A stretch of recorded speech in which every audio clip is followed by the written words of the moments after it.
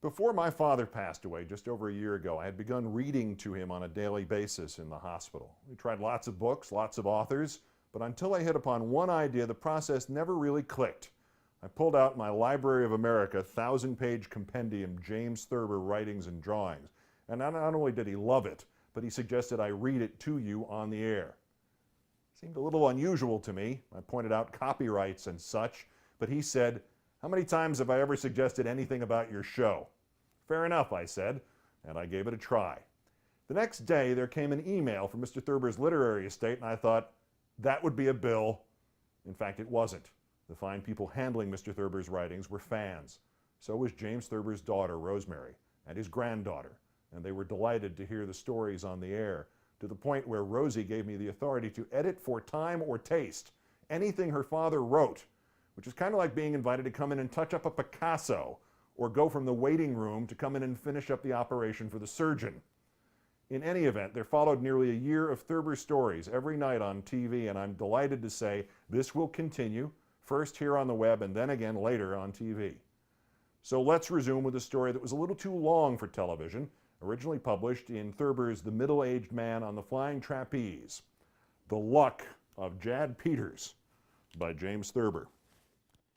Aunt Emma Peters, at 83, the year she died, still kept in her unused front parlor on the table with Jad Peters' collections of lucky souvenirs, a large, rough fragment of rock weighing perhaps 20 pounds. The rock stood in the center of a curious array of odds and ends, a piece of tent canvas, a chip of pine wood, a yellowed telegram, some old newspaper clippings, the cork from a bottle, a bill from a surgeon. Aunt Emma never talked about the strange collection except once during her last days, when somebody asked her if she wouldn't feel better if the rock were thrown away. "Let it stay where Lisbeth put it," she said. All that I know about the souvenirs I have got from other members of the family. A few of them didn't think it was decent that the rock should have been part of the collection, but Aunt Lisbeth, Emma's sister, had insisted that it should be. In fact, it was Aunt Lisbeth Banks who hired a man to lug it to the house and put it on the table with the rest of the things. "It's as much God's doing as that other clutter trap," she would say, and she would rock back and forth in her rocking chair with a grim look. "You can't taunt the Lord," she would add. She was a very religious woman. I used to see her now and again at funerals, tall, gaunt, grim, but I never talked to her if I could help it. She liked funerals, and she liked to look at corpses, and that made me afraid of her. Just back of the souvenir table at Aunt Emma's on the wall hung a heavy framed full-length photograph of Aunt Emma's husband, Jad Peters. It showed him wearing a hat and overcoat and carrying a suitcase. When I was a little boy in the early 1900s and was taken to Aunt Emma's house near Sugar Grove, Ohio, I used to wonder about that photograph. I didn't wonder about the rock and the other objects because they weren't put there till much later. It seemed so funny for anyone to be photographed in a hat and overcoat carrying a suitcase, and even funnier to have the photograph enlarged to almost life-size and put inside so elaborate a frame. When we children would sneak into the front parlor to look at the picture, Aunt Emma would hurry us out again. When we asked her about the picture, she would say, "Never you mind." But when I grew up, I learned the story of the big photograph and of how Jad Peters came to be known as Lucky Jad. As a matter of fact, it was Jad who had begun calling himself that. Once, when he ran for a county office and lost, he had Lucky Jad Peters printed on his campaign cards. Nobody else took the name up except in a scoffing way. It seems that back in 1888, when Jad Peters was about 35, he had a pretty good business of some kind or other, which caused him to travel around quite a lot. One week he went to New York with the intention of going on to Newport later by ship. Something turned up back home, however, and one of his employees sent him a telegram reading, "Don't go to Newport. Urgent you return here." Jad's story was that he was on the ship, ready to sail, when the telegram was delivered. It had been sent to his hotel, he said, a few minutes after he'd checked out, and an obliging clerk had hustled the messenger boy down onto the dock. That was Jad's story. Most people believed, when they heard the story, that Jad had got the wire at his hotel probably hours before the ship had sailed, for he was a great one at adorning a tale. At any rate, whether or not he rushed off the ship just before the gangplank was hauled up, it sailed without him, and some 8 or 9 hours out of the harbor, it sank in a storm with the loss of everybody on board. That's why he'd had the photograph taken and enlarged. It showed him just as he was when he got off the ship, he said. And that is how he came to start his collection of lucky souvenirs. For a few years, he kept the telegram and newspaper clippings of the ship disaster tucked away in the family Bible. But one day he got them out and put them on the parlor table under a big glass bell. From 1888 up until 1920, when Jad died, nothing much happened to him. He is remembered in his later years as a garrulous, boring old fellow whose business slowly went to pieces because of his lack of industry, and who finally settled down on a small farm near Sugar Grove, Ohio, and barely scraped out an existence. He took to drinking in his 60s, and from then on made Aunt Emma's life miserable. I don't know how she managed to keep up the payments on his life insurance policy, but some way or another she did.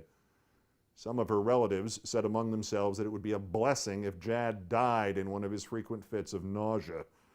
It was pretty well known that Aunt Emma had never liked him very much. She married him because he asked her to, twice a week for 7 years, and because there had been nobody else she cared about. She stayed married to him on account of their children and because her people always stayed married. She grew, in spite of Jad, to be a quiet, kindly old lady as the years wore on, although her mouth would take on a strained, tight look when Jad showed up at dinner time from wherever he had been during the day, usually from down at Prentice's store in the village where he liked to sit around, telling about the time he just barely got off the doomed boat in New York Harbor in '88 and adding tales more or less fantastic of more recent close escapes he had had. There was his appendicitis operation, for one thing. He'd come out of the ether, he would say, just when they had given him up. Dr. Benham, who had performed that operation, was annoyed when he heard this, and once met Jad in the street and asked him to quit repeating the preposterous story. But Jad then added the doctor's bill to his collection of talismans anyway. And there was the time when he'd got up in the night to take a swig of stomach bitters from a bad case of heartburn, and he got hold of the carbolic acid bottle by mistake. Something told him, he would say, to take a look at the bottle before he uncorked it, so he carried it to a lamp, lighted the lamp, and he'll be gol damn if it wasn't carbolic acid. It was then that he added the cork to his collection. Old Jad got so that he could figure out lucky escapes for himself in almost every disaster and calamity that happened in and around Sugar Grove. Once, for example, a tent blew down during a windstorm at the Fairfield County Fair, killing 2 people and injuring a dozen others. Jad hadn't gone to the fair that year for the first time in 9 or 10 years. Something told him, he would say, to stay away from the fair that year. The fact that he always went to the fair when he did go on a Thursday and that the tent blew down on a Saturday didn't make any difference to Jad. He hadn't been there, and the tent blew down, and 2 people were killed. After the accident, he went to the fairgrounds and cut a piece of canvas from the tent and put it on the parlor table next to the cork from the carbolic acid bottle. Lucky Jad Peters. I think Aunt Emma got so that she didn't hear Jad when he was talking, except on evenings when neighbors dropped in, and then she would have to take hold of the conversation and steer it away from any opening that might give Jad a chance to tell of some close escape he had had.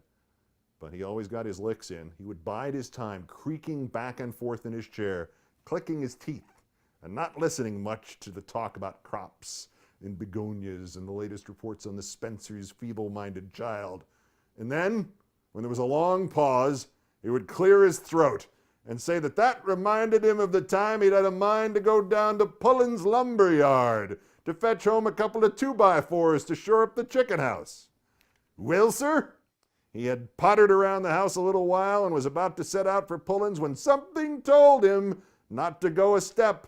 And it was that very day that a pile of lumber in the lumberyard let go and crushed Grant Pullen's leg so as it had to be amputated.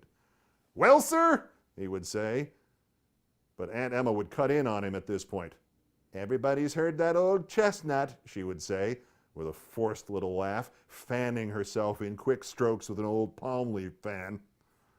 Jad would go sullen and rock back and forth in his chair, clicking his teeth. He wouldn't get up when the guests rose to go, which they always did at this juncture. The memento of his close escape from the Pullen lumberyard disaster was, of course, the chip of pine wood. I think I have accounted for all of Jad's souvenirs that I remember except the big, rough fragment of rock. The story of the rock is a strange one. In August 1920, county engineers were widening the channel of the Hocking River, just outside of Sugar Grove, and had occasion to do considerable blasting out of riverbed rock. I've never heard Clem Warden tell the story himself, but it has been told to me by people who have. It seems that Clem was walking along the main street of Sugar Grove at about 3:45 when he saw Jad coming along toward him. Clem was an old crony of Jad's, one of the few men of his own generation who could tolerate Jad, and the two stopped on the sidewalk and talked. Clem figured later that they'd talked for about 5 minutes, and then either he or Jad said something about getting on, so they separated, Jad going on towards Prentice's store, slowly on account of his rheumatic left hip, and Clem going in the other direction. Clem had taken about 12 steps when he suddenly heard Jad call to him. "Say, Clem," Jad said. Clem stopped and turned around, and here was Jad walking back toward him.